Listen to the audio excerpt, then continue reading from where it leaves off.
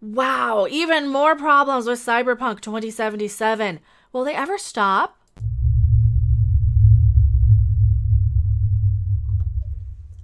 Hello everyone, I am Mecha Random 42, the one, the only, the original, your favorite YouTube consumer advocate, Harpy, and we are talking today about the continuing, ever-growing, controversial game, Cyberpunk 2077, and it just keeps going and going and going. Every controversy, every issue, every problem, every delay, every fan reaction, every fail, from them giving refunds on PlayStation. They're actually giving full refunds for this game, which is pretty unprecedented for a lot of it. We've already been getting refunds from Steam for a while now, but to see it rolled out for everything from the developer of a AAA game, a AAA level game, that's kind of insane. You don't see that every single day.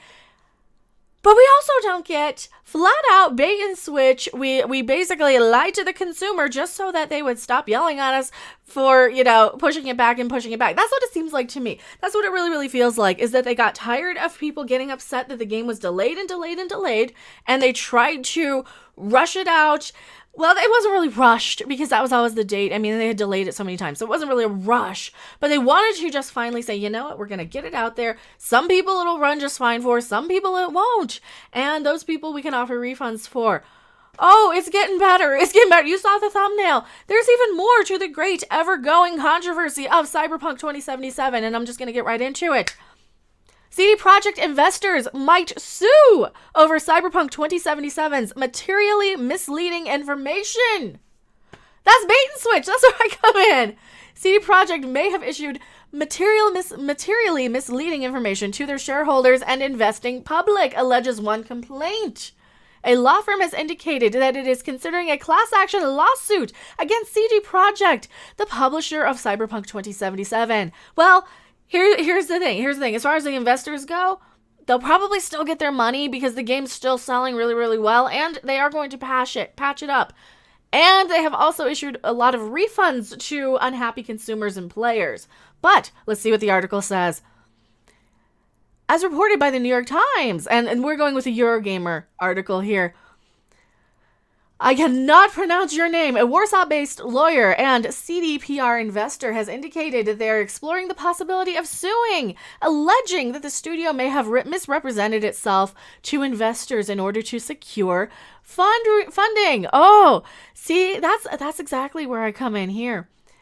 According to a briefing prepared by the lawyer, they are inviting others affected by the suspension of sale of the Cyberpunk product.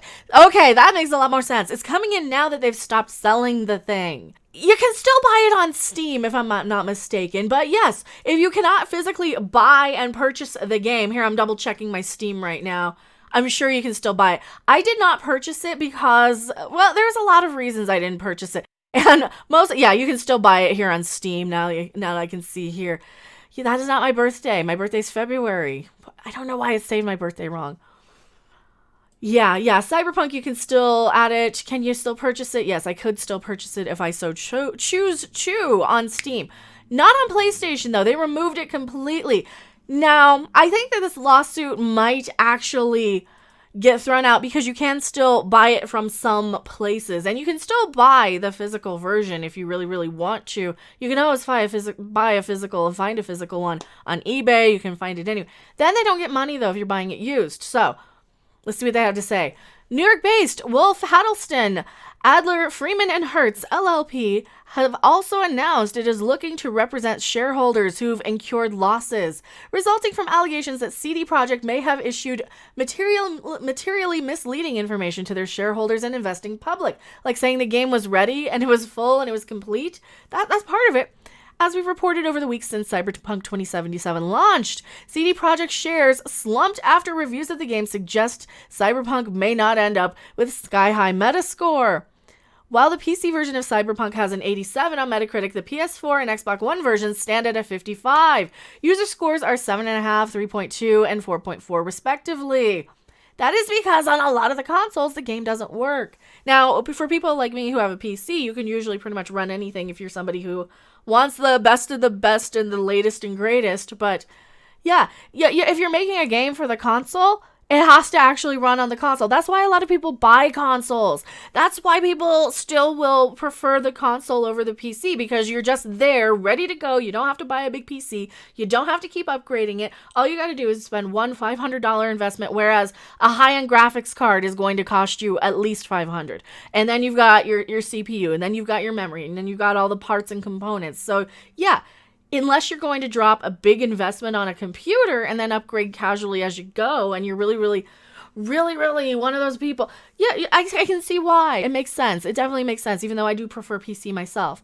But then again, for console games, I always prefer them on console, because then I can get a physical copy and then, sell it if I don't like it. Like this game's probably going to be terrible, but I'm not looking for graphics, and this is only like a $30 game, so. Earlier today, we reported that now reports Cyberpunk 2077 save files are becoming permanently corrupted for players if they exceed 8 megabytes in size. That's minuscule. No, really, a JPEG. Like, YouTube doesn't let you upload a picture more than 2 megabytes for your thumbnail. Think about that. Though initially reported as affecting games all across the platform, some now suggest it's just a PC issue. However, without confirmation from developer CD Projekt Red either way, players have been advised to keep a lower amount of items and crafting materials. So you can't even play the freaking game. CD Projekt had also come under fire for its use of crunch during the development of Cyberpunk 2077. In September 2020, CD Projekt told employees it would require them to work 6-day weeks until the game's November launch. It was subsequently delayed until December, breaking a previous promise not to force compulsory overtime to finish the product. And not only that, now journalists have been jumping on the anti-Cyberpunk bandwagon as far as, but the game's buggy and it breaks. Did you guys get a refund? Are you playing it? Is it working just fine for you? I mean, are you just gonna wait until everything's patched up and hunky-dory? I thought this is hilarious that they're actually going out of their way to now try and form a class action lawsuit for the investors. This is what I think needs to happen with Disney and Star Trek and a lot of the franchises that I talk about on my channel. Also, if you guys do like my content, please like, subscribe, share. You need some of these investors to say, you know what, you're baiting and switching your viewers, your customers.